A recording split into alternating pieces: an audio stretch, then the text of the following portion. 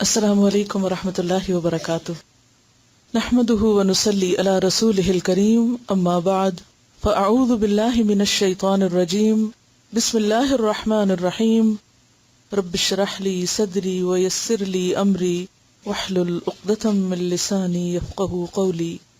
ایک دفعہ درود شریف پڑھ لیجیے۔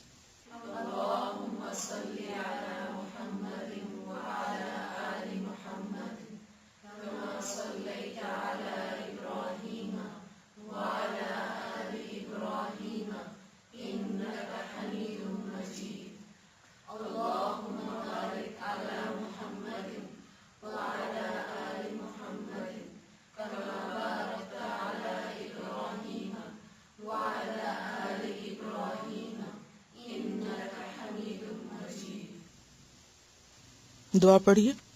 اللہم کما حسنت خلقی فحسن خلقی۔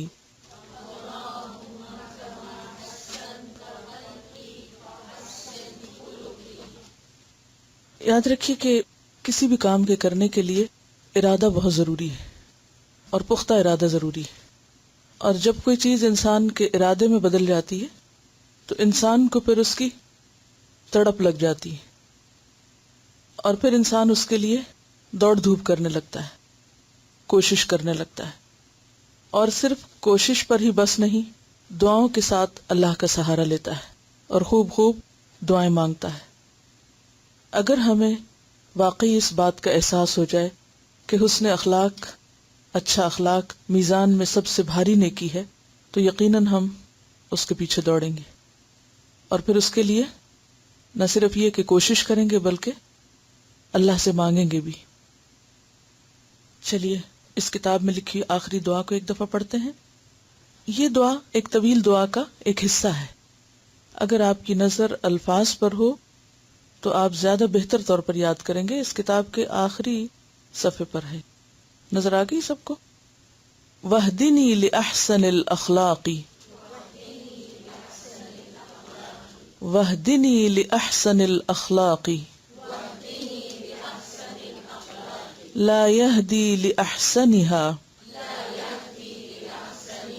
إلا أنت، لا يهدي لأحسنها إلا أنت، لا يهدي لأحسنها إلا أنت، واصرف عني سيئها، سیئی ہے، ٹھیک ہے، سیئہا، واصرف عنی سیئہا، لا يصرف عنی سیئہا الا انت، لا يصرف عنی سیئہا الا انت،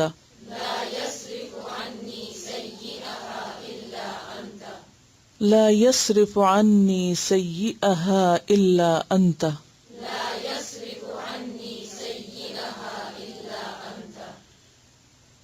واہدنی اور ہدایت دے مجھے، یا رہنمائی کر میری، لأحسن الاخلاق، بہترین اخلاق کی طرف، یعنی اے اللہ تو مجھے بہترین اخلاق کی طرف رہنمائی عطا کر، مجھے وہ راستہ دکھا جو بہترین اخلاق کی طرف لے جاتا ہو۔ لا یہدی، نہیں رہنمائی کر سکتا، لأحسنہا، اس کے بہترین کی طرف، یعنی اخلاق کے بہترین حصے کی طرف، الا انت، مگر تو ہی، یعنی یہ طاقت تیرے ہی پاس ہے، تو ہی مجھے راستہ دکھا سکتا ہے۔ واصرف عنی، اور پھیر دے مجھ سے، دور کر دے مجھ سے، سیئہا، اس کے برے حصے کو، یعنی اخلاق کے برے حصے کو، بری عادات کو۔ لا یصرف عنی، نہیں دور کر سکتا مجھ سے، سیئہا، اس کا برا، الا انت، مگر تو ہی۔ اے اللہ میری سب سے اچھے اخلاق کی طرف رہنمائی فرما، تیرے سوا اچھے اخلاق کی راہ کوئی نہیں دکھا سکتا، اور برے اخلاق کو مجھ سے دور کر دے، انہیں تیرے سوا مجھ سے کوئی اور دور نہیں کر سکتا۔ اور یہ بہت بڑی حقیقت ہے. ہمیں اس بات کا اعتراف کرنا ہوگا کہ ہماری جتنی بھی خراب عادتیں ہیں ان کو اللہ کے سوا کوئی بھی نہیں ہٹا سکتا. کسی انسان کے بس میں نہیں، کسی کی مجال نہیں، کسی کی طاقت نہیں. کیونکہ ایک روایت سے ہمیں یہ بھی پتہ چلتا ہے کہ اگر کوئی یہ کہے کہ پہاڑ اپنی جگہ سے ٹل گیا ہے، ہل گیا ہے، تو مان لو، لیکن اگر کوئی یہ کہے کہ کسی نے اپنی عادت چھوڑ دی ہے تو اس کو نہ مانو. یعنی بری عادتیں چھوڑنا، برے اخلاق کو ترک کرنا آسان کام نہیں. یہ پہاڑ کو اپنی جگہ سے ہلانے سے بھی زیادہ مشکل کام ہے، کیونکہ پہاڑ تو زمین میں گڑے ہوئے ہیں، لیکن بری عادتیں ہمارے رگ و پے میں سرایت کی ہوئی، ہماری روح اور جسم اور جان کا حصہ بنی پڑی ہیں، ان میں گھلی ملی ہوئی، گندھی ہوئی ہیں. ان کو ان سے نکالنا اور چھڑانا اور باہر نکال کے پھینکنا آسان نہیں. اللہ کی مدد کے بغیر یہ کام نہیں ہو سکتا. اس لیے اللہ سے دعا کرنے کے ساتھ ساتھ کوشش بے حد ضروری ہے. پھر اس شعور اور احساس کے ساتھ مانگیے، وَاهْدِنِي لِأَحْسَنِ الْأَخْلَاقِ وَاهْدِنِي لِأَحْسَنِ الْأَخْلَاقِ وَاهْدِنِي لِأَحْسَنِ الْأَخْلَاقِ لا يهدي لأحسنها إلا أنت لا يهدي لأحسنها إلا أنت لا يهدي لأحسنها إلا أنت واصرف عني سيئها واصرف عني سيئها واصرف عني سيئها لا يصرف عني سيئها إلا أنت لا يصرف عني سيئها إلا أنت لا يصرف عني سيئها إلا أنت.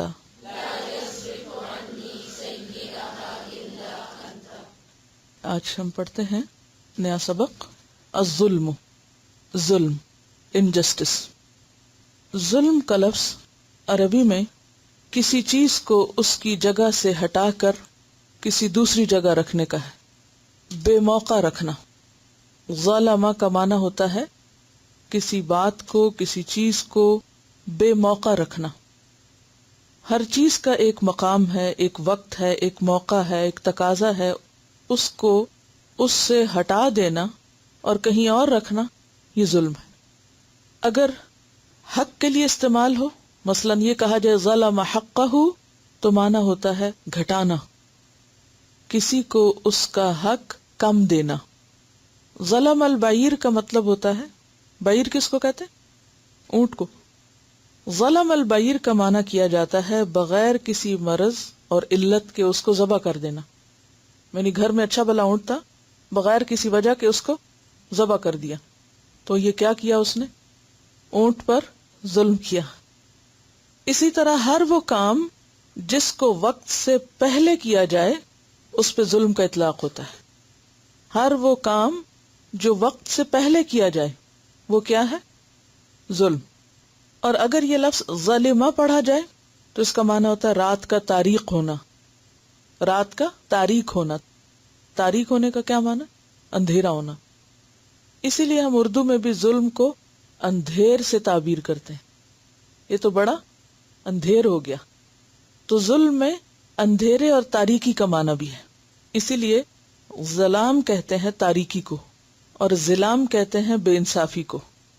ظلم کے ان لغوی معنوں کو سامنے رکھتے ہوئے جو بات ذہن میں آتی ہے وہ کیا ہے کہ ظلم صرف کسی کی مار پٹائی کا نام نہیں، یا صرف کسی کا مال چھیننے یا کسی کے ساتھ زیادتی کرنے، گالی گلوچ کرنے کا نام ہی نہیں، بلکہ ظلم اس سے وسیع تر معنی رکھتا ہے. ظلم خالق کے ساتھ بھی ہوتا ہے جس نے ہمیں پیدا کیا، ظلم مخلوق کے ساتھ بھی ہوتا ہے. خالق کا حق نہ پہچاننا، خالق کی قدر نہ پہچاننا، خالق کو نہ ماننا، یہ ظلم ہے، جسے ہم عام طور پر شرک سے یا کفر سے تعبیر کرتے ہیں۔ اسی طرح مخلوق کے ساتھ بھی کسی قسم کی حق تلفی یا زیادتی کرنا، انہیں ان کا حق نہ دینا، یا کسی چیز کے ساتھ بے موقع بے محل معاملہ کرنا، یہ سب ظلم میں آتا ہے۔ ظلم انسانوں کے ساتھ بھی ہو سکتا ہے، ظلم حیوانوں کے ساتھ بھی ہو سکتا ہے، اور ظلم دیگر مخلوق کے ساتھ بھی ہو سکتا ہے۔ تو آئیے دیکھتے ہیں کہ احادیث سے ہمیں ظلم کے بارے میں کیا بات پتہ چلتی ہے۔ پہلے قرآنی آیات کچھ، پھر اس کے بعد احادیث۔ قال اللہ تعالی واللہ لا يهدي القوم الظالمین، اللہ تعالیٰ کا ارشاد ہے کہ اللہ ظالموں کو ہدایت نہیں دیا کرتا۔ قال اللہ تعالی الا لعنت اللہ علی الظالمین، اللہ تعالیٰ کا ارشاد ہے سنو خدا کی لعنت ہے ظالموں پر۔ قال اللہ تعالی واللہ لا يحب الظالمین، اللہ تعالیٰ کا ارشاد ہے کہ اللہ ظالموں سے محبت نہیں کرتا، ایسے لوگ اللہ کو پسند نہیں۔ قال اللہ تعالی الا ان الظالمین فی عذاب مقیم، اللہ تعالیٰ کا ارشاد ہے خبردار رہو ظالم لوگ مستقل عذاب میں ہوں گے، یعنی ان کا انجام اچھا نہ ہوگا۔ قال اللہ تعالی ما للظالمین من حمیم ولا شفیع یطاع، اللہ تعالیٰ کا ارشاد ہے ظالموں کا نہ کوئی مشفق دوست ہوگا اور نہ کوئی سفارش کرنے والا جس کی بات مانی جائے، یعنی قیامت کے دن کوئی بھی ظالموں کا ساتھ نہیں دے گا۔ عن ابی ذر قال قال رسول اللہ صلی اللہ علیہ وسلم فيما يروي عن ربه عز وجل انی حرمت على نفس الظلم وعلى عبادی فلا تظالموا، رواہ مسلم کتاب البر والصلۃ۔ ان ابی ذر، ابو ذر رضی اللہ عنہ سے روایت ہے، قال کہتے ہیں قال رسول اللہ صلی اللہ علیہ وسلم کہ رسول اللہ صلی اللہ علیہ وسلم نے فرمایا فیما یروی عن ربہ، اس میں جو وہ روایت کرتے ہیں اپنے رب سے۔ کون روایت کرتے؟ رسول اللہ صلی اللہ علیہ وسلم، عز و جل، اللہ عز و جل سے روایت کرتے ہیں۔ ایسی حدیث کو جسے رسول اللہ صلی اللہ علیہ وسلم اللہ تعالیٰ سے روایت کرے کیا کہتے ہیں؟ حدیث قدسی۔ حدیث قدسی اور قرآن مجید میں کیا فرق ہے؟ حدیث قدسی میں کلام اللہ کا ہوتا ہے لیکن الفاظ رسول اللہ صلی اللہ علیہ وسلم کے ہوتے ہیں، اور قرآن مجید لفظاً اور معنن یعنی اس کے الفاظ اور کلام سب اللہ ہی کی طرف سے ہے۔ تو اللہ تعالیٰ نے کیا فرمایا؟ انی حرمت، بے شک میں نے حرام قرار دیا ہے، علی نفسی، اپنی جان پر، الظلم، ظلم کرنا، وعلی عبادی، اور اپنے بندوں پر، فلا تظالموا، پس نہ تم ایک دوسرے پر ظلم کرو۔ اسے مسلم نے روایت کیا ہے۔ سیدنا ابو ذر رضی اللہ عنہ روایت کرتے ہیں کہ رسول اللہ صلی اللہ علیہ وسلم نے اپنے رب سے یہ نقل کیا سمراد روایت کی کہ میں نے اپنے نفس پر ظلم کو حرام کیا ہے اور اپنے بندوں کے درمیان بھی اسے حرام قرار دیا ہے، تو تم آپس میں ظلم نہ کرو، نہ خالق پہ ظلم کرو اور نہ ہی مخلوق پہ ظلم کرو۔ اس حدیث کے راوی حضرت ابو ذر غفاری رضی اللہ عنہ ہے۔ آپ میں سے کون حضرت ابو ذر کا نام جانتا ہے؟ کیا نام تھا؟ ابو ذر تو ان کی کنیت تھی، ذر ان کے بیٹے کا نام تھا۔ غفاری قبیلے کی طرف نسبت ہے، غفار اس کا نام تھا جس کے لیے نبی صلی اللہ علیہ وسلم نے دعا کی کہ اے اللہ غفار کو بخش دے، کیونکہ غفر کا روٹ جو ہے وہ بھی بخشش ہے، اور بنو اسلم کو سلامت رکھ۔ ایک اور قبیلے کے لیے سلامتی کی دعا کی اور غفار کے لیے بخشش کی۔ نام کیا تھا ان کا؟ ان کا نام جندب بن جنادہ تھا۔ جندب، یہ نام بھی الگ سے آپ نے کہیں ضرور سنا پڑا ہوگا۔ والدہ کا نام رملہ بنت ربیعہ تھا، رملہ. مکہ میں رہتے تھے یا مدینہ میں؟ یہ نہ مکہ میں رہتے تھے نہ مدینہ میں رہتے تھے. صحابہ کے بارے میں پڑھا کیجئے اور اپنے بچوں کو بھی بتایا کیجئے، کیونکہ یہ ہماری تاریخ ہے. یہ وہ لوگ ہیں جن کے لیے ہم ہر روز کھڑے ہو کے دعا مانگتے ہیں، صراط الذین انعمت علیہم، ہمیں انہی کے راستے پہ چلا جن پہ تو نے انعام کیا. ان کا راستہ کیا تھا وہ ہمیں خود بھی نہیں پتا، تو ہمیں ان کا راستہ معلوم کرنا ہے کہ وہ کون تھے، کیا کرتے تھے، کیا نہیں کرتے تھے، ان کی زندگیاں کیسے تھیں. بہرحال ابو ذر غفاری رضی اللہ عنہ بدر کے قریب ایک جگہ تھی، ودان نامی ایک بستی تھی جو راستے پر پڑتی تھی، تجارتی شاہراہ پر تھی. یعنی مکہ کے لوگ جب شام کی طرف سفر کر کے جاتے، تجارت کرتے، تو راستے میں یہ بستی آتی. ان کا قبیلہ جو تھا وہ ڈاکہ زنی کے لیے مشہور تھا، ڈاکو لوگ تھے، اور ان کا کام کیا تھا کہ جب بھی کوئی مسافر وہاں سے گزرے بستی میں قیام کریں، تجارت کر کے یا آ رہے ہوتے تھے یا جا رہے ہوتے تھے، تو ان کے وہاں خرچ کریں، یعنی ان سے بھی کچھ لین دین کریں. یہی ان کا ذریعہ آمدنی تھا. اور اگر کچھ نہ دے لے تو پھر یہ ان کو لوٹ کے اپنا کام چلائیں. یہ ان لوگوں سے تعلق رکھتے تھے. جب رسول اللہ صلی اللہ علیہ وسلم نے اسلام کی دعوت دی، لوگوں کو اپنے نبوت کا دعویٰ کیا، تو مکہ کی چونکہ ایک مرکزی حیثیت تھی تو یہ بہت جلد ادھر ادھر چرچا ہو گیا. مکہ کے لوگ تاجر لوگ تھے، کچھ اور اگتا وغیرہ تو نہیں تھا وہاں، تو ان کا آمدنی کا ذریعہ کیا تھا؟ تجارت. ایلافہم رحلۃ الشتاء والصیف، تو گرمیوں میں شام کی طرف اور سردیوں میں یمن کی طرف یہ سفر کرتے تھے اور تجارت کرتے تھے. بہرحال اب جب یہ تجارت کر کے باہر کو جاتے، ادھر ادھر نکلتے، تو راستے میں بھی باتیں ہوتی، راستے میں جو قبیلے آتے، جو لوگ ملتے ان کو بھی بتاتے، جو لوگ مکہ میں حج یا عمرے پہ آتے ان کو بھی پتہ چلتا کہ یہاں ایک شخص نے نبوت کا دعویٰ کر دیا ہے. ایک ہاٹ ٹاپک تھا، ہر ایک تک پہنچ گیا. اور چونکہ مکہ کی پوزیشن بہت سینٹرل تھی اس لیے میسج بہت جلدی ادھر ادھر سپریڈ ہوا. اب اس بستی میں بھی پتہ چلا، حضرت ابو ذر غفاری کو معلوم ہوا کہ ایک شخص نے مکہ میں اس طرح کا دعویٰ کیا ہے، تو ان کو تجسس ہوا. اپنے بھائی کو بھیجا جو کہ شاعر تھے، ان کا نام انیس تھا، ان کو بھیجا کہ جاؤ اور تم پتہ کرو کہ وہ شخص کیا کہتا ہے. وہ گئے اور انہوں نے جا کے ان کی کچھ باتیں وغیرہ سنی، اور چونکہ مکہ والے آپ کے بہت خلاف تھے تو کچھ اچھا امپریشن نہیں لے کر گئے. واپس گئے تو بتایا کہ مکہ والے یہ کہتے ہیں، ہاں میں نے جو کچھ سنا ہے ان کا وہ یہ ہے کہ نیکی کا حکم دیتے ہیں اور برائی سے روکتے ہیں. وہ خود یہ کرتے ہیں اور لوگ ان کے بارے میں یہ کہتے ہیں.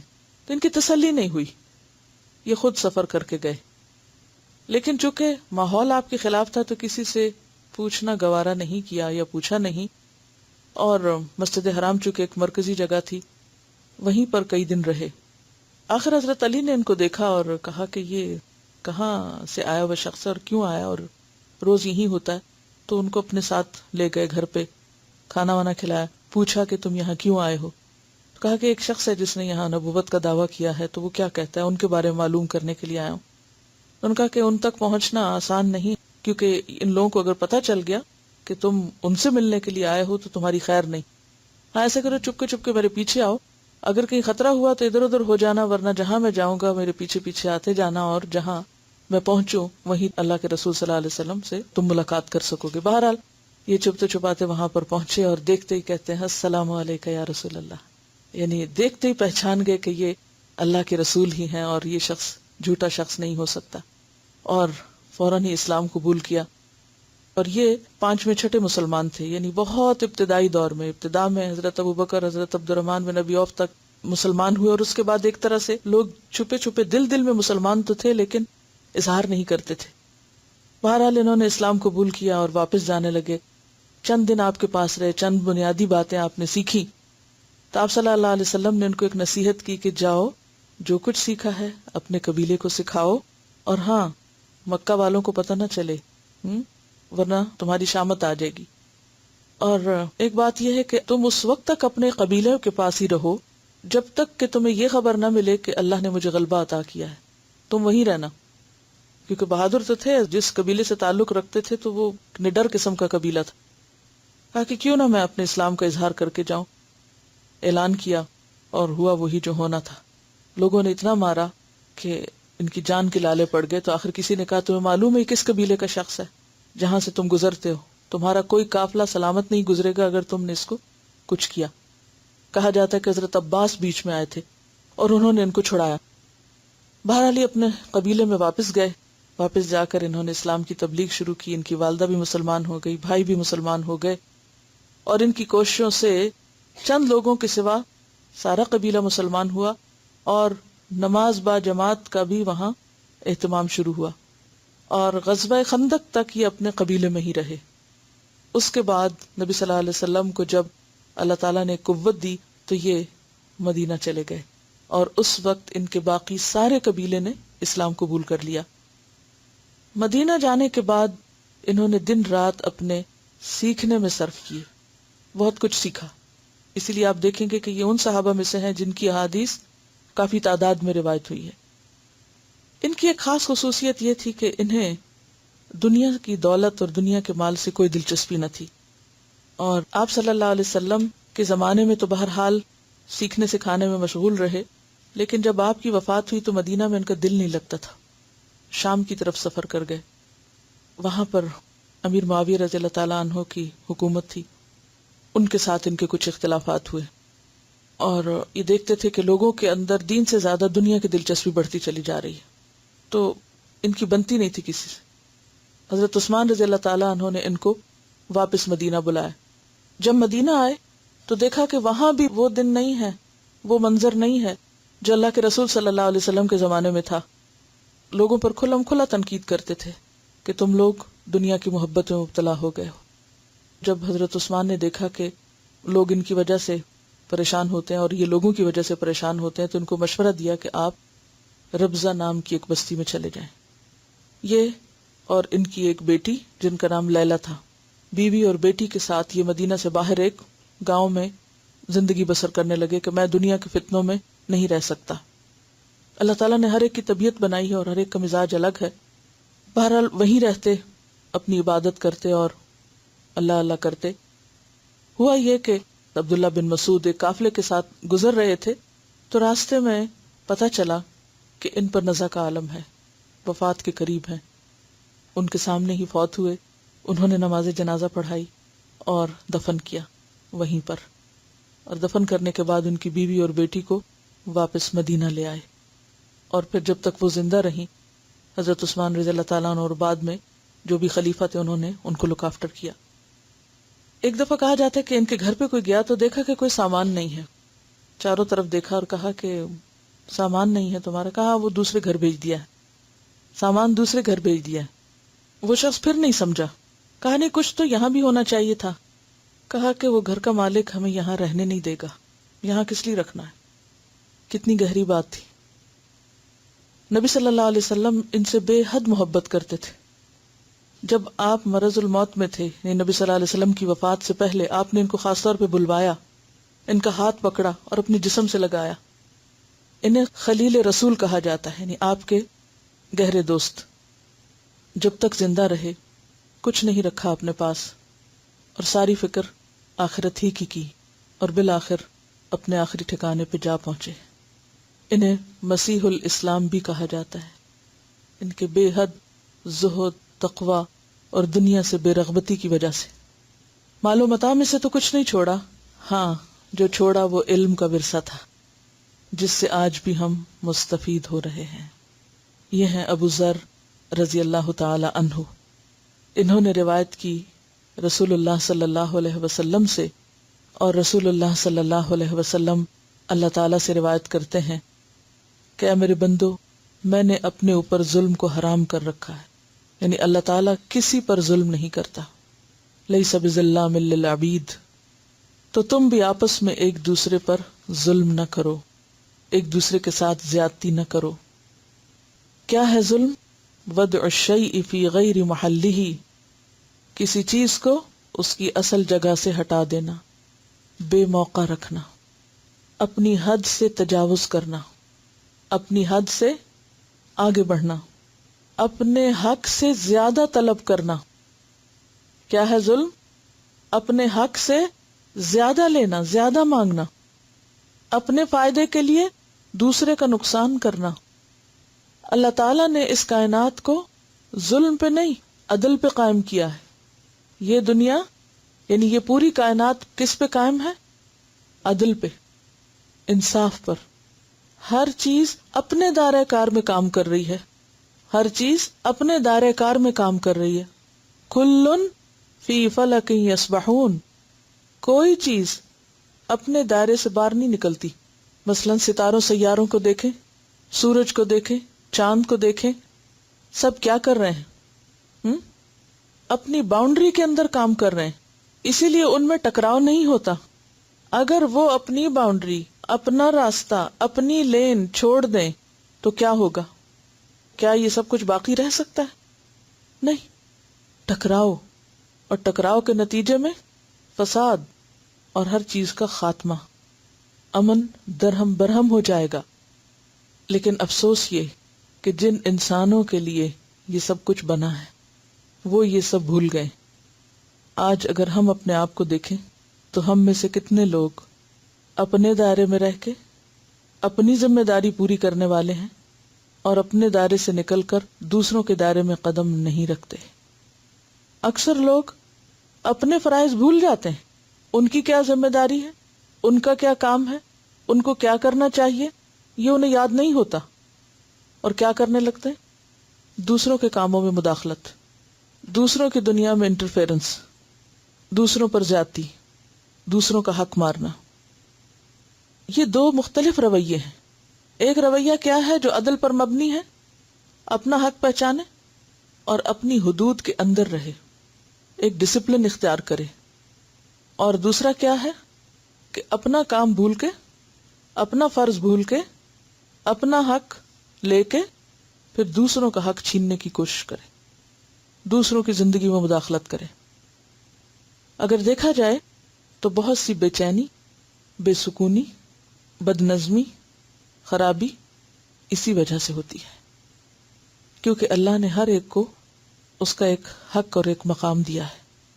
اور جب تک بندے ایک دوسرے کا حق نہ پہچانے اور انہیں ان کا مقام نہ دیں تو دنیا میں امن نہیں ہو سکتا. اور جو لوگ دنیا میں اس زمین پر پرامن طریقے سے نہ رہنا جانے، پھر وہ جنت کی پرامن بستی میں رہنے کے قابل نہیں ہوتے. جنت کی پرامن بستی کس کے لیے ہے؟ عدل کرنے والوں کے لیے، جو ظلم اور زیادتی سے بچیں. اللہ سبحانہ وتعالیٰ نے صاف فرمایا، فلا تظالموا، لوگوں ایک دوسرے پہ ظلم نہ کرو. دوسروں پر زیادتی یا ظلم کس کس قسم کا ہوتا ہے؟ یعنی دوسروں پر ظلم کی قسمیں کیا ہو سکتی ہیں؟ مثلاً دوسروں کی جان پر ظلم، مال پہ ظلم، عزت پہ ظلم، حقوق پہ ظلم. یعنی ہم دوسروں پر کہاں کہاں ظلم کرتے ہیں. بعض اوقات دوسروں کو جسمانی تکلیف پہنچاتے ہیں. مثلاً کیا کیا جسمانی تکلیفیں جو ہم دوسروں کو دیتے ہیں؟ جیسے کسی کا خون بہانا، یہ سب سے بڑی قسم ہے. کسی کی جان لینا، پھر اسی طرح کسی کو مارنا، ہٹ کرنا. پھر اسی طرح جسمانی تکلیف، کس کس قسم کی ہم جسمانی تکلیف دوسروں کو دیتے ہیں. کسی سے بہت زیادہ کام لینا، اس کی وسعت اور طاقت سے بڑھ کر اس پہ بوجھ ڈالنا. پھر اسی طرح دوسروں کے جذبات کو نقصان دینا، دوسروں کے جذبات کو مجروح کرنا. یہ جذباتی ظلم ہے، یعنی کسی کو مینٹلی یا ایموشنلی ٹارچر کرنا. ایک ہے فزیکلی ٹارچر کرنا، یعنی کسی کو ہٹ کرنا، مارنا، پیٹنا یا جان سے ہی مار دینا. یہ تو ہے جسمانی. اور بعض اوقات کیا ہوتا ہے کہ جسمانی طور پر نہیں مارا جاتا، لیکن دوسرے کو ذہنی طور پر اذیت دی جاتی ہے. ذہنی طور پر دوسرے کا سکون درہم برہم کر دیا جاتا ہے، دوسرے کو مینٹل ٹارچر دیا جاتا ہے، یا دوسرے کو ایموشنلی لیٹ ڈاؤن کیا جاتا ہے اور اس کو پریشان کیا جاتا ہے. تو مینٹل ٹارچر میں کیا کیا چیزیں آتی ہیں؟ مثلاً کسی کو طنز کرنا، کسی کا مذاق اڑانا، تانے دینا، تہمت لگانا، الزام تراشی کرنا، وربل ابیوز، گالی گلوچ کرنا، برے ناموں سے کسی کو پکارنا، مذاق اڑانا، کسی کے سامنے یا پیٹھ پیچھے دونوں طرح اس کو رسوا کرنا، کسی کی پیٹھ پیچھے اس کی برائی کر کے اس کو نقصان پہنچانا، اس کی عزت اور شہرت کو داغدار کرنا، غیبت چغلی کے ذریعے، کسی کی کمزوری یا ویکنس کو بار بار بیان کرنا. تو یہ تمام چیزیں کیا ہیں؟ یہ بھی ظلم میں آتی ہیں. کسی کو کسی اور کے سامنے نیچا دکھانے کی کوشش کرنا، غصے سے بات کرنا، یعنی کوئی بھی ایسا طریقہ کہ جس سے دوسرے کو ایموشنل یا مینٹل ٹارچر ملے، یعنی ایسے کام کرنا کہ جس سے دوسرا اذیت میں مبتلا ہو، اور جان بوجھ کے ایسے کام کرنا جب پتہ بھی ہو کہ دوسرے شخص کو یہ چیز پسند نہیں، تو بلا وجہ اس کو ستانے کے لیے، اس کو پریشان کرنے کے لیے، صرف مزے کی خاطر. کیونکہ کچھ لوگوں کی عادت یہ ہوتی ہے کہ وہ دوسروں کو ستا کے اس سے مزہ لیتے ہیں، دوسروں کو پریشان کر کے اس پہ خوش ہوتے ہیں. تو یہ بھی ظلم میں شامل ہو جاتا ہے. پھر اسی طرح حقوق نہ دینا. ہر ایک کا اللہ نے حق رکھا ہے. مثلا بندوں کے حقوق کیا ہیں؟ ماں باپ کے حقوق ہیں، اولاد کے حقوق ہیں، شوہر کے حقوق ہیں، بیوی کے حقوق ہیں، رشتہ داروں کے حقوق ہیں. یہ حقوق نہ دینا. اور جیسا کہ پیچھے آپ دیکھیں ہم نے پڑھا ظلم میں کہ بعض اوقات اپنا حق تو لے لینا لیکن دوسرے کا حق نہ دینا، اور اپنے حق پہ کہیں نہ رکنا، اتنی ڈیمانڈز کرنا کہ دوسرا شخص عاجز آ جائے. یہ بھی دوسرے پہ ظلم ہے. ناجائز مطالبات. پھر آپ دیکھیے کہ بعض اوقات کسی ایک حق کو اتنا زیادہ بڑھا چڑھا کے پیش کرنا کہ دوسرے حق بھول ہی جائیں. مثلاً آپ دیکھیے کہ ظلم جو ہے نا یہ عدل کے خلاف ہے یا اعتدال کے خلاف ہے. ہمارے معاشرے میں اس کی بہت سی مثالیں ملتی ہیں. ہر شخص اپنا حق مانگنے کی فکر میں ہے لیکن کوئی بھی حق دینے کی فکر میں نہیں. ہر شخص ڈیمانڈ کر رہا ہے، کوئی بھی دینے کی طرف توجہ نہیں کر رہا. ہر شخص دوسروں کے رویے پہ نظر رکھے ہوئے اور اپنے رویے کو بھول چکا ہے. اور ہم بعض اوقات کیا کرتے ہیں؟ اپنے حق کے حق میں خوب دلائل دیں گے، حدیث سنائیں گے، قرآن کی آیتیں پڑھیں گے، اور دوسرے کو مجرم قرار دیں گے کہ دیکھو تم اس پر عمل نہیں کر رہے نا، میں قیامت کے دن تم سے اپنا حق لے لوں گا. بلیک میل بھی کرتے ہیں دوسروں کو، میں چھوڑوں گا نہیں، میں معاف نہیں کروں گا، کل تو دینا ہی پڑے گا. یہ بلیک میل کرنا بھی ہے. اور اس وقت انسان یہ نہ سوچے کہ وہ خود کیا کر رہا ہے. اور پھر ظلم اس چیز کا نام بھی نہیں کہ صرف اپنا حق مانگنا اور دوسرے کا نہ دینا، بلکہ سب کے حقوق میں بیلنس رکھنا بھی ضروری ہے. بعض اوقات ہم ایک کا حق دینے لگتے ہیں اور دوسروں کے حق بھول جاتے ہیں. مثال کے طور پر آپ دیکھیے کہ ہمارے وہاں عموماً گھروں میں لڑائی فساد کیوں ہوتے ہیں. مثلا ساس بہو کا جھگڑا ہی آپ دیکھیں. ایک حدیث کہتی ہے کہ تم پر سب سے زیادہ حق کس کا ہے؟ تمہاری ماں کا ہے. ایک شخص آپ کے پاس آیا اور کہنے لگا کہ یا رسول اللہ صلی اللہ علیہ وسلم سب سے زیادہ مجھے اچھا سلوک کس سے کرنا ہے؟ تو آپ نے فرمایا اپنی ماں سے کرو. پھر 3 دفعہ، چوتھی دفعہ کیا کہا؟ باپ سے. اس سے پتہ یہ چلتا ہے کہ ماں کا حق جو ہے بہرحال زیادہ ہے. ایک دوسری حدیث ہمیں یہ کہتی ہے کہ تم میں سب سے اچھا وہ ہے جو اپنی بیوی کے حق میں اچھا ہے، اور میں تم میں سب سے زیادہ اپنی بیویوں کے حق میں اچھا ہوں. اب اگر ماں ایک حدیث لے لے اور بیوی دوسری لے لے تو کیا ہوگا؟ بچے کی شامت آ جائے گی. اب ہمیں عدل کیا سکھاتا ہے کہ ماں کا حق بھی دو اور بیوی کا بھی دو. بیلنس. جب تک یہ بیلنس نہ ہو تو ظلم ختم نہیں ہو سکتا. اب اگر ہر وقت بیوی یہی سناتی رہے کہ دیکھو حضور صلی اللہ علیہ وسلم جو تھے وہ سب سے زیادہ اپنی بیوی کے حق میں اچھے تھے، لہٰذا میرا حق زیادہ ہے، اور دوسری طرف ماں یہ سناتی رہے کہ سب سے زیادہ حق جو ہے وہ ماں کا ہے، تو کیا ہوگا نتیجہ؟ یاد یہ رکھیے کہ ایک کا حق دوسرے کا حق دینے سے روکے نہیں. عدم توازن بھی ظلم پیدا کرتا ہے کہ ایک کا حق دینے میں آپ اتنے جھک جائیں کہ دوسرا بالکل لٹک جائے. حتیٰ کہ 2 بیویوں کے درمیان بھی کیا کہا کہ ایک کی طرف اس طرح مت جھکو کہ دوسری وَتَذَرُهَا كَالْمُعَلَّقَةِ، وہ دوسری لٹکی رہ جائے. اسی لیے دوسری کی طلاق کا مطالبہ کرنا، کہ بعض اوقات ہمارے معاشرے میں یہ بھی ہوتا ہے نا کہ اگر ایک شخص نے دوسری شادی کی تو کیا ہوتا ہے، دوسری بیوی کیا مطالبہ کر دیتی کہ جب تک پہلی کو طلاق نہ دو گے تو میں نہیں بسوں گی. اسی طرح ماں باپ بعض اوقات مطالبہ کر دیتے ہیں جب تک تم اس بیوی کو طلاق نہیں دو گی تم ہماری شکل نہ دیکھنا، یعنی بیٹے کو کہہ دیتے ہیں ہمارے لیے تم مر چکے، اور اس گھر میں اس وقت قدم رکھنا جب بیوی کو چھوڑ چکو. تو یہ عدم توازن جو معاشرے کے اندر پایا جاتا ہے یہ درست نہیں. اسی طرح آپ دیکھیے کہ بعض اوقات بہن بھائیوں کا خیال رکھتے رکھتے کیا ہوتا ہے کہ اپنے بچوں کو لوگ بھول جاتے ہیں. اب اللہ تعالیٰ نے بچوں کے اوپر خرچ کرنا فرض قرار دیا ہے، اور دوسری طرف رشتہ داروں کا خیال رکھنا بھی.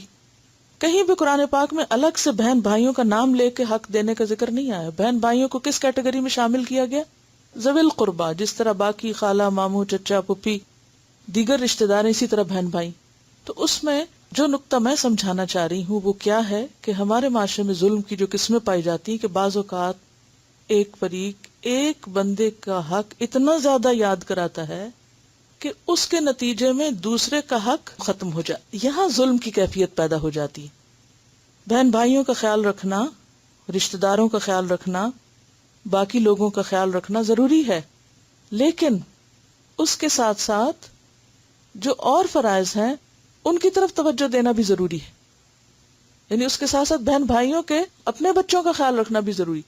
بعض لوگ اس کے برعکس کرتے ہیں، وہ اپنے بچوں پر ہی ہر چیز خرچ کرنا اپنا فرض سمجھتے ہیں، اور قریب کا بہن بھائی بھوکا بھی مر رہا ہو تو اس کا خیال ہی نہیں کرتے. میں پھر ظلم کی ڈیفینیشن دہراتی ہوں تاکہ یہ یاد رہے کہ ظلم ہے کیا. اپنی حد سے آگے نکلنا، تجاوز کرنا، حق سے زیادہ ڈیمانڈ کرنا، یہ بھی ظلم ہے. حق سے زیادہ ڈیمانڈ کرنا. تیسری چیز، ایک حق کی ادائیگی میں باقی حقوق فراموش کر دینا، اپنے فائدے کے لیے دوسروں کا نقصان کر دینا. اسی طرح دوسروں کے کام میں مداخلت، یہ ظلم کی ایک عام قسم ہے ہمارے معاشرے میں. کوئی لکھ رہا ہو، کیا لکھ رہے ہو تم، ذرا مجھے دکھاؤ میں بھی پڑھوں. اور مجھے نہیں معلوم یہاں تو خیر آپ کے پاس وقت نہیں ہوگا اس طرح کرنے کا، لیکن بعض اوقات جہاں لوگ اکٹھے رہتے ہیں، اب وہ اگر بیٹھ کے کوئی کام کر رہی ہیں، کچھ پڑھ رہی ہیں، تو ان کو بعض اوقات یوں لگتا ہے کہ جیسے کسی شخص کی کوئی پرائیویسی ہے ہی نہیں. اس پر فرض عائد ہوتا ہے کہ وہ اپنی ہر چیز، کچھ لکھے یا کچھ کرے، ہر چیز دوسروں کو بتائے. کوئی فون آیا تو لازمی بتائے کس کا فون آیا تھا، کچھ لکھا ہے تو لازمی بتائے، گھر سے واپس آئے تو لازمی بتائیں کہ گھر میں کیا ہوا تھا. یعنی دوسرے کی ہر بات میں مداخلت. کیا کھایا اس نے، یہ تجسس کی جو قسم ہے نا، کیا چیز کہاں سے آئی ہے، یہ کیا ہو رہا ہے، وہ کیا ہو رہا ہے، ان سب چیزوں میں دوسرے کی ذاتی زندگی میں مداخلت، یہ بھی ظلم کی قسم ہے. یہ اپنے دائرے سے باہر قدم رکھنا ہے. اسی طرح بعض اوقات اپنا کام چھوڑ دینا، دوسرے کا شروع کر دینا. اس کو آپ اس مثال سے اگر سمجھیں کہ سارے ستارے سیارے کیا کر رہے ہیں، اپنے راستے پہ چل رہے ہیں. مثلا خدمت خلق بہت اچھی بات ہے، دوسروں کے کام آنا بہت نیکی کا کام ہے، بہت بہترین اعلیٰ درجے کی بات ہے. لیکن اپنا بچہ بیمار ہو، اپنی بیوی بیمار ہو، اسے ہسپتال نہ لے کے جائیں اور آپ ہمسایوں اور رشتہ داروں کے بچوں کو دیکھنے کے لیے چل دیں، یہ ظلم ہے. کیوں؟ اس لیے کہ ان کی ذمہ داری سے زیادہ آپ کی ذمہ داری کیا ہے؟ اپنے بچے کو دیکھنا. اسی طرح صدقہ خیرات، دوسرے پہ صدقہ خیرات کرنا بہت اچھی بات ہے، لیکن اگر آپ کے اپنے بچے بھوکے ہیں جن کو کھلانا فرض ہے، بیوی بچوں کا نان نفقہ فرض ہے، اگر اس کو چھوڑ کے آپ کسی اور کو کھلا رہے ہیں صدقے کی نیت سے، تو یہ بھی کیا ہو گیا؟ ظلم. تو درجوں میں اور حقوق میں جو ترجیحات ہیں ان میں کمی بیشی کرنا جو ہے یہ بھی ظلم ہو جاتا ہے، یعنی کسی کو پھلانگ جانا. اسی طرح بعض اوقات کسی دفتر میں اگر لوگ اکٹھے کام کر رہے ہیں، ہر ایک کی اپنی اپنی ڈیوٹی ہے. اب اگر کوئی شخص اپنی ڈیوٹی چھوڑ دیتا ہے، مثلا اگر کوئی شخص کہیں چوکیدار ہے، گارڈ ہے، وہ وہاں سے چھوڑ کے اپنا کام اور آ کے ٹیلی فون ڈیسک پہ کھڑے ہو کے ٹیلی فون اٹینڈ کرنا شروع کر دے، تو یہ کیا ہے؟ یہ نیکی نہیں ہے. بعض لوگ اس کو کیا سمجھتے ہیں کہ ہم ہر فن مولا ہیں اور دوسروں کے کام کرنا جو ہے یہ تو بہت خدمت خلق ہے، اور یہ بھول جاتے ہیں کہ ان کی اپنی ڈیوٹی کیا تھی، انہیں کہاں ہونا چاہیے تھا. تو یہ بھی زیادتی ہے. پھر اسی طرح حقوق اللہ کی ادائیگی اپنی جگہ اور حقوق العباد کی اپنی جگہ. یہ نہیں کہ اللہ کے حقوق کی ادائیگی میں آپ ساری رات نفل پڑھتے رہیں اور گھر والے بھوکے بیٹھے رہیں، یہ بھی زیادتی ہو جائے گی. تو ظلم جو ہے عدل سے ہٹنے کا نام ہے، چیزوں کو بے موقع رکھنے کا نام ہے، دوسروں کو تکلیف دینے کا نام ہے. اسی طرح انسانوں کے ساتھ کچھ اور ظلم بھی ہم کرتے ہیں. مثلا کسی کا وقت ضائع کرنا، کتنا بڑا ظلم ہے کہ ایک شخص کو مثلا نماز پڑھنا ہے، ہم عین اس وقت کسی کو فون کال کر دیتے ہیں اور اس کو کیا کہتے ہیں کہ تم مجھے اس وقت کھانے کی ریسیپی بتاؤ. اب بعض اوقات ایک جگہ سے دوسری جگہ پر ٹائمنگز کے فرق ہوتے ہیں. اب اگر نماز کے وقت میں آپ خدمت خلق سمجھتے ہوئے کہ ہم کسی کا دل نہیں توڑ سکتے، اس وقت اب اس کی مدد کرنا لازم ہے، اپنی نماز قضا کر دیں مغرب کی مثلا، اور دوسرے کو آپ کھانا پکانے کی ترکیب سکھاتے رہیں، تو یہ کیا ہے؟ ظلم ہے. اسی طرح بیکار کی باتوں میں دوسروں کو الجھا کے ان کا وقت ضائع کرنا کیا ہے؟ یہ بھی ظلم ہے، زیادتی ہے. یعنی کسی کا مال چھیننا ہی زیادتی نہیں، کسی کی عزت چھیننا ہی زیادتی نہیں، کسی کا وقت اور اس کی صلاحیتوں کو ضائع کرنا یہ بھی زیادتی ہے.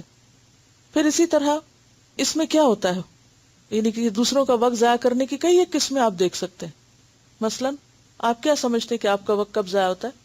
مثلا یعنی بے موقع بے وقت کسی کے گھر چلے جانا، اور وہ اگر نماز کے لیے جا رہا ہے تو اس کو تانا دینا کہ ہم آئے اور ہماری پرواہ نہیں. اور اس طرح پھر ہم لوگوں کے ڈر سے کیا کرتے ہیں، کبھی اللہ کا حق مارتے ہیں، کبھی بندوں کا مارتے ہیں، کبھی اس کا کبھی اس کا، اور وہ ایک پورا سرکل چلا ہوا ہے کہ ہر ایک دوسرے پر پھر کسی نہ کسی درجے میں آ کر ذاتی کا مرتکب ہو جاتا ہے. پہلے شاید اتنا احساس نہیں تھا ہمیں، کیونکہ احساس نہیں تھا نا کہ زندگی کتنی قیمتی چیز ہے. اب وقت کے ساتھ ساتھ ہمیں سب کو احساس ہوتا چلا جا رہا ہے کہ وقت جو ہے وہ پتہ نہیں تھوڑی زندگی ہے، زیادہ کام ہے، اور پھر جو فرائض کا احساس ہونا شروع ہوتا ہے کہ یہ بھی فرض ہے، یہ بھی ذمہ داری ہے، یہ بھی کرنا ہے، تو اس میں اگر تھوڑا سا بھی وقت کوئی بیکار میں ضائع ہوتا ہے تو پھر وہ زیادہ تکلیف ہو جاتی ہے. بعض اوقات ضروری بات کے ساتھ اتنی غیر ضروری چیزیں اور شروع ہو جاتی ہیں کہ جس سے بہت سا وقت ضائع ہو جاتا ہے. پھر اسی طرح ہم دوسروں کو اوپر اور کیا ظلم کرتے ہیں، ان کو اپنی ذات سے کیسے تکلیف دیتے ہیں، جیسے نہاتے نہیں یا گندے کپڑے پہن کے دوسروں کے پاس بیٹھ جاتے ہیں، اپنی سمیل سے پیاز لہسن کھا کے بیٹھ جاتے ہیں. اس سے کیا ہے کہ اپنی سانس سے دوسروں کو اذیت دینا، ان کے لیے بیٹھنا جینا دو بھر کر دینا. پھر اسی طرح اپنی چیزوں پر ظلم، ریسورسز کا غلط استعمال کرنا. چونکہ موضوع طویل ہے اس لیے انشاءاللہ ہم آج کی بات یہی مکمل کرتے ہیں اس ایک حدیث پر، اور اگلے ہفتے پھر انشاءاللہ اسی موضوع کے ساتھ ہم کنٹینیو کریں گے. اس دوران آپ اپنا جائزہ لیجئے کہ اپنی زندگی میں توازن لانے کی آپ نے کہاں کہاں کوشش کی اور کہاں کہاں زیادتی ہوئی. اس کو سامنے رکھ کے آپ دیکھیے کہ ہم دوسروں پر کس طرح ظلم کرتے ہیں، والدین کے ساتھ، بچوں کے ساتھ، کیونکہ بچوں کے ساتھ زیادتی کی ایک اور طویل داستان ہے کہ ہم کہاں کہاں ان کے ساتھ ظلم کرتے ہیں، شوہر کے ساتھ، پھر اسی طرح اپنے ساتھیوں کے ساتھ، کھانے پینے کی چیزوں کے ساتھ، پھر ماحول کے ساتھ، خود اپنے ساتھ. تو انشاءاللہ تعالی کم از کم اس میں ایک ایک چیز اوریجنل اپنی سوچ سے لکھیے، اپنی سوچ سے، نقالی نہیں، کسی سے پوچھنا نہیں. کیونکہ آپ جب اپنی سوچ استعمال کریں گے تو اس سے کیا ہوگا، احساس زیادہ ہوگا. اور پھر جب یہ یاد رہے کہ جو کچھ ہم کسی کے ساتھ زیادتی کرتے ہیں وہ قیامت کے دن عمل کی شکل میں دینا پڑے گی. دنیا میں تو سو کر دیتے ہیں اور ہر جانا بھر لیتے ہیں، لیکن قیامت کے دن بھی بہت سے سو کرنے والے کھڑے ہیں جو یہاں کچھ نہیں کہہ سکتے اور وہاں خوب اپنا حق وصول کریں گے. انشاءاللہ تعالی اسی موضوع پر مزید گفتگو کریں گے، اور ہم سب اپنا حساب کریں، اپنا جائزہ لیں کہ ہماری زندگی میں دوسروں کے ساتھ زیادتی کے کون کون سے ایسے کام ہیں جو ہمیں چھوڑنا ہے. سبحانک اللہم و بحمدک، نشہد ان لا الہ الا انت، نستغفرک و نتوب الیک. السلام علیکم و رحمۃ اللہ وبرکاتہ.